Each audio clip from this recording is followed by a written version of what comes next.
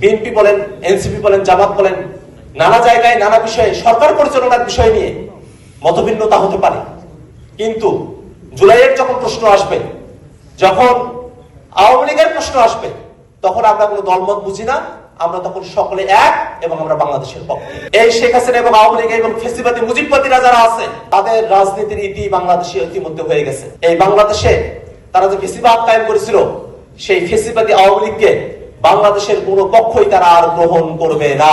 আমি সরকারকে ধন্যবাদ জানাতে চাই। আমাদের পররাষ্ট্র মন্ত্রণালয় গতকাল যে বিবৃতিটি দিয়েছে, তার মধ্য দিয়ে তারা বাংলাদেশের পক্ষে তারা অবস্থান নিয়েছে এবং সেই বিবৃতিকে আমরা সমর্থন করি এবং আমরা মনে করি এই বাংলাদেশের পক্ষে, এদেশের ফেসিবাদ বিরোধী প্রত্যেকটা পক্ষ আমরা সকলে ঐক্যবদ্ধভাবে এই ফেসিবাদীরা যারা আছে তাদের বিচার না হওয়া পর্যন্ত এবং সামনের বাংলাদেশ গঠন করা পর্যন্ত আমরা আমাদের যে কার্যক্রম আছে সেটা আমরা চালিয়ে যাব। আমরা শুধুমাত্র এতটুকু আশাবাদ রাখতে চাই যে বাংলাদেশ আমাদের সকলের, এবং সেই বাংলাদেশটাকে আমাদের যদি গড়তে হয় তাহলে অবশ্যই এই বাংলাদেশে ফেসিবাদ বিরোধী আমরা যারা আছি আমাদেরকে এক থাকতে হবে।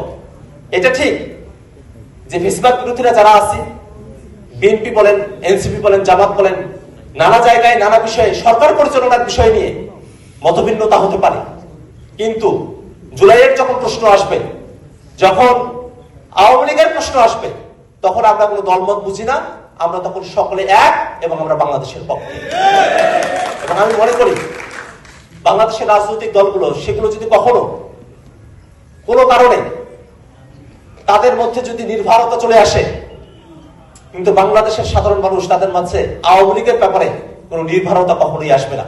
মানে সাধারণ মানুষের, এই যে সাধারণ বন্ধুরা এখানে আছেন, আপনারা তো সবাই দল করা মানুষ না, রাজনৈতিক দল তো সবাই করে না এবং বেশিরভাগই রাজনৈতিক দল করে না, কিন্তু এই মানুষগুলোকে বন্দী হতে হয়েছিল সাধারণ মানুষ। সেই মানুষেরা সবাই একত্রিত আছে, সেই মানুষেরা আমরা কখনো এই বাংলাদেশকে আর ফেসিবাদের দিকে নিয়ে যেতে দেবো না। আমরা নতুন করে এক বাংলাদেশের দিকে আমরা এগিয়ে যাব, সে আশাবাদ ব্যক্ত করে আপনারা যারা এখানে উপস্থিত হয়েছেন আপনাদেরকে আবারও ধন্যবাদ জানিয়ে আমি আমার বক্তব্য এখানে শেষ করছি। ইনকিলাব জিন্দাবাদ। আমরা বাংলাদেশের মানুষেরা একটা দীর্ঘ ফেসিবাদী শাসন, জুলুম, নিপীড়ন, নির্যাতনের মধ্য দিয়ে আমাদেরকে অতিবাহিত করতে হয়েছে। আমাদের এখানে অসংখ্য মানুষ যাদেরকে গুম হতে হয়েছে, আয়না করে নির্যাতন সহ্য করতে হয়েছে, অসংখ্য মানুষ যারা সে সময়কালে নানাভাবে নিষ্পেষিত হয়েছে, নির্যাতিত হয়েছে। আমরা যখন একটা সময় গিয়ে এই বাংলাদেশটা নতুন করে মুক্তির স্বাদ পেতে পারে, এই ধারণাও যখন আমরা আর করতে পারছিলাম না, যখন আমরা হতাশার মধ্য দিয়ে দিনানিপাত করতে বাধ্য হচ্ছিলাম, আমরা প্রতিবাদ করছিলাম, কিন্তু প্রতিবাদ করলে আমাদেরকে ধরে নিয়ে যাওয়া হচ্ছিল এবং একটা চূড়ান্ত পরিণতিতে পৌঁছানো যাচ্ছিল না, ঠিক সেই সময়টাতে বাংলাদেশের তরুণেরা, বাংলাদেশের সাধারণ মানুষেরা তারা সকলে মিলে রাজপথে নেমে আসে। এই জুলাইতে আমরা একটা জিনিস অবাক হয়ে দেখি যে এই জুলাইতে যারা অংশগ্রহণ করেছিলেন তারা কেউ পলায়ন করছিলেন না, সকলে এখানে এসেছিলেন জীবন দেওয়ার তাগিদে। যে তারা চেয়েছিলেন যে জীবন গেলে যাবে, কিন্তু হাসিনার যে দুঃশাসন, হাসিনার যে জুলুম, সেখান থেকে আমরা মুক্তি লাভ করব। সে ঘটনা আবু সাইদকে দিয়ে শুরু হয়। আবু সাইদ 16 তারিখ যেদিন মৃত্যুকে আলিঙ্গন করে নিলেন, সেই দিন তার বোনের কথাগুলো আপনারা শুনে দেখবেন। কত আকুতি নিয়ে আবু সাইদের বোন তখন বলেছিল, আমার ভাইও মারলু কেন। রংপুরের ভাষায় আবু সাইদের বোন যখন আমার ভাইও মারলু কেন এই কথাটা বলেছিল, তখন এটা তো আমার নিজেরও ভাষা, রংপুরের মানুষ, আমি আসলে নিজেকে ধরে রাখতে পারিনি।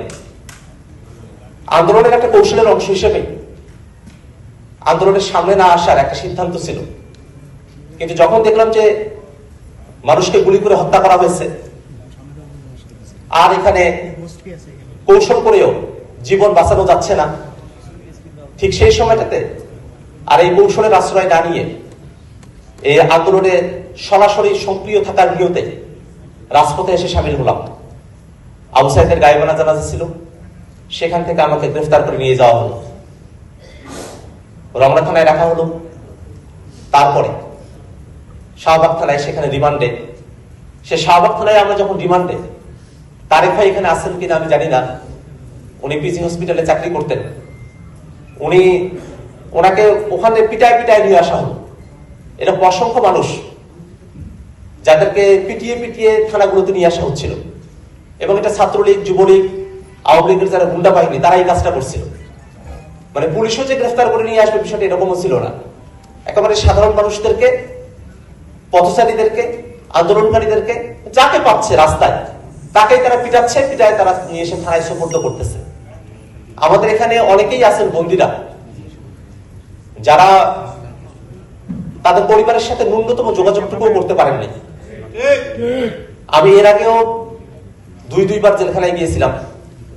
সে সময়টাতে অন্তত আমরা যারা বন্দী ছিলাম তাদের সাথে জেল গেটে এসে আত্মীয় স্বজনের সাথে কথা বলার একটা সুযোগ দেওয়া হয়েছিল। কিন্তু এবারের বন্দী দশা এতটা কঠিন ছিল যে 24-এ আমরা যারা জুলাইতে আটক হলাম, আমাদেরকে রুমের বাইরে বেরোতে দেওয়া হতো না। আত্মীয় স্বজনের সাথে যোগাযোগ তো দূরের কথা, এখানে অনেক বন্দীরাই আপনারা আছেন যারা হয়তো সেই সময়টাতে আইনজীবী ধরতে পারেন না, জামিনের কথা চিন্তাও আমরা করতে পারিনি।